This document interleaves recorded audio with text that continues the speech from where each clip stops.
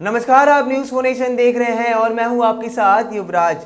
कांग्रेस और आरजेडी में जो गठबंधन बना हुआ था वो अब बिहार में होने वाले उपचुनाव से पहले टूट गया है। कांग्रेस और राजद के जो रास्ते हैं वो अलग हो गए हैं। आपको बता दें, कल ही बिहार कांग्रेस के प्रभारी भक्त चरण दास ने पटना पहुंचते ही इस बात का ऐलान कर दिया था कि कांग्रेस और राजद में अब एक समानता नहीं है, दोनों के रास्ते अलग हो गए हैं। आरजेडी ने महागठबंधन को तोड़ा है और साफ कहा था कि आने वाले लोकसभा चुनावों में अब वह 40 सीटों पर अपनी दावेदारी पेश करेगी। यह बड़ा बयान उस वक्त सामने आया जब आरजेडी को कांग्रेस की ज्यादा जरूरत थी, तो वहीं दूसरी तरफ कांग्रेस को भी आरजेडी का साथ मिलना चाहिए था। मगर महागठबंधन में हुई टूट के बाद अब लगातार जनता और नेता यह जानना चाह रहे हैं कि आखिर इन दोनों पार्टियों में टूट क्यों हुई है, आखिर इन दोनों पार्टियों के बीच जो मैत्रिता संबंध थे वो आखिर अचानक से क्यों टूट गए। क्योंकि लगातार कांग्रेस की ओर से यह कहा जा रहा था कि आरजेडी ने यह मित्रता तोड़ी है,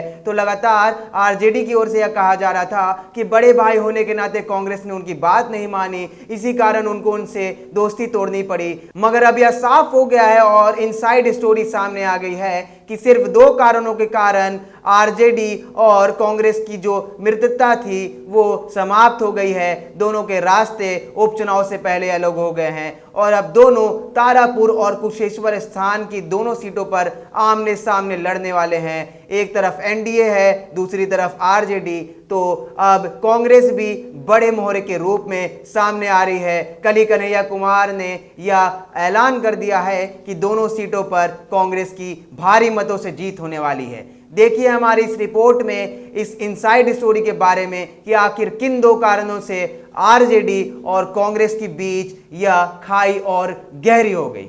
आरजेडी और कांग्रेस का गठबंधन इस बार उपचुनाव में टूट गया है। 2020 के विधानसभा में चुनावी गठबंधन के तहत तारापुर की सीट आरजेडी को और कुशेश्वर स्थान की सीट कांग्रेस को मिली थी। दोनों पार्टियां दोनों जगह से चुनाव हार गई थी। अब उपचुनाव में उसी अनुसार दोनों सीटें बंटनी चाहिए थी, लेकिन आरजेडी ने दोनों सीटों पर उम्मीदवार उतार दिया। बदले में कांग्रेस ने भी दोनों सीटों पे से अपने उम्मीदवार खड़े कर दिए। इसके दो बड़े कारण सामने आ रहे हैं। साल 2020 के विधानसभा चुनाव में कांग्रेस, राजद और लेफ्ट पार्टियों का गठबंधन था। इसे महागठबंधन का नाम दिया गया। चुनाव के बाद आरजेडी को 75, कांग्रेस को 19, कम्युनिस्ट पार्टी ऑफ इंडिया को 12, communist party of India Marxist को 2, कम्युनिस्ट पार्टी ऑफ इंडिया को 2 सीटें हासिल हुई। इस तरह महागठबंधन ने 110 सीटों पर विजय हासिल की। एनडीए ने 125 सीटें हासिल करके बिहार में सरकार बना ली। जब महागठबंधन सरकार बनाने से चूक गई तो आरजेडी को समझ आया कि कांग्रेस को 70 सीट लड़ने के लिए दी गई थी, पर वो उस हिसाब से जीत हासिल नहीं कर पाई। महज 19 सीटों पर ही कब्जा जमा सकी। इससे महागठबंधन की सीटें घट गई। कांग्रेस बेहतर परफॉर्म कर सकती थी, महागठबंधन की सरकार बन जाती। ऐसा तर्क देने वालों में राजद के वरिष्ठ नेता शिवानंद तिवारी समेत कई नेता रहे हैं। अब जब 2021 में 2 सीटों पर इसलिए उपचुनाव की नौबत आई कि यहां के जेडीयू विधायकों की मौत कोरोना से हो गई, तो ज्यादा सीटें और खराब परफॉर्म से जो जोरदार आरजेडी ने कांग्रेस को कुशेश्वर स्थान की सीट देने से इनकार कर दिया। गठबंधन टूटने का कारण भारतीय कम्युनिस्ट पार्टी के युवा नेता कन्हैया कुमार को कांग्रेस में शामिल करना भी माना जा रहा है। शुक्रवार को ही कन्हैया के पटना आगमन पर कांग्रेस कार्यालय सदाकत आश्रम में आयोजित स्वागत समारोह में कांग्रेस के पूर्व अध्यक्ष व वरिष्ठ नेता अनिल शर्मा ने बता दिया है कि कन्हैया कुमार को कांग्रेस में शामिल करने से ही राजद परेशानी में है।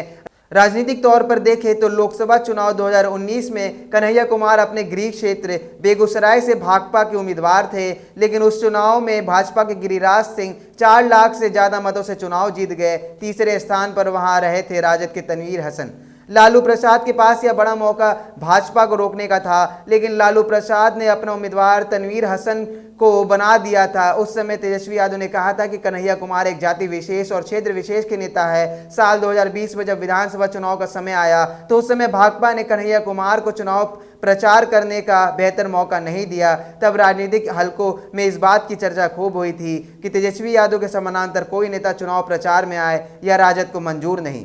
अंदर खाने से यह बात बाहर आई कि राजद के दबाव में ही कन्हैया कुमार को बिहार में दमदार तरीके से चुनाव प्रचार करने से रोका गया।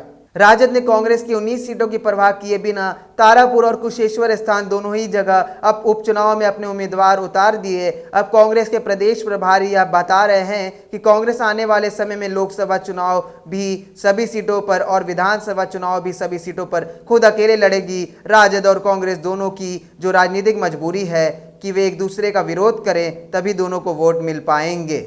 तो यह साफ अंदेशा लगाया जा सकता है कि सीपीआई के पूर्व नेता कन्हैया कुमार को कांग्रेस ने अपनी ओर आकर्षित कर लिया और उन्हें अपनी पार्टी में हाथ थमा लिया। इसको देखते हुए आरजेडी काफी नाराज चल रही थी, क्योंकि 2019 के लोकसभा सीट में भी उन्होंने गिरिराज सिंह को टक्कर दी थी, मगर गिरिराज सिंह ने उन्हें 4 लाख से अधिक मतों से हरा दिया था। इसी का हवाला देते हुए तेजस्वी यादव ने साफ कहा था कि लगातार जितने भी समीकरण कांग्रेस की ओर से बनाए जा रहे हैं वह उसमें विफल हो जाएगी। कांग्रेस का यह मानना था कि उपचुनाव में कुशेश्वर स्थान की सीट आरजेडी की ओर से उन्हें दी जाएगी, मगर आरजेडी ने सभी तरह के दावों पर पानी फेर दिया और साफ कह दिया कि दोनों सीटों पर सिर्फ आरजेडी लड़ाई करेगी, क्योंकि विधानसभा में हुई जो पिछले चुनाव थे उनमें 70 सीटें कांग्रेस को दी गई थी, जिसमें सिर्फ 19 सीटें ही कांग्रेस जीत पाई थी। इसी का हवाला देते हुए एनडीए ने सरकार बना ली और एनडीए को मात्र 125 सीटें मिली थी, जो कि बहुमत से पार थी, और सिर्फ महागठबंधन 110 सीटों पर सिमट कर रह गई थी। इसे साफ हो गया था कि कांग्रेस के कारण महागठबंधन में आरजेडी को भारी नुकसान हुआ है। उसी का हवाला देते हुए अब यह इनसाइड स्टोरी सामने आ रही है कि कांग्रेस और आरजेडी के रास्ते इन 2 कारणों से अलग हुए हैं। एक तो कन्हैया कुमार का कांग्रेस से हाथ मिलाना, दूसरा लगातार इस बात का संकेत देना कि तेजस्वी यादव के समक्ष कोई और नेता भी बिहार में खड़ा हो सकता है। जैसे कन्हैया कुमार को अब कांग्रेस प्रोजेक्ट कर रही है, लगातार बता रही है कि कन्हैया कुमार के आने के बाद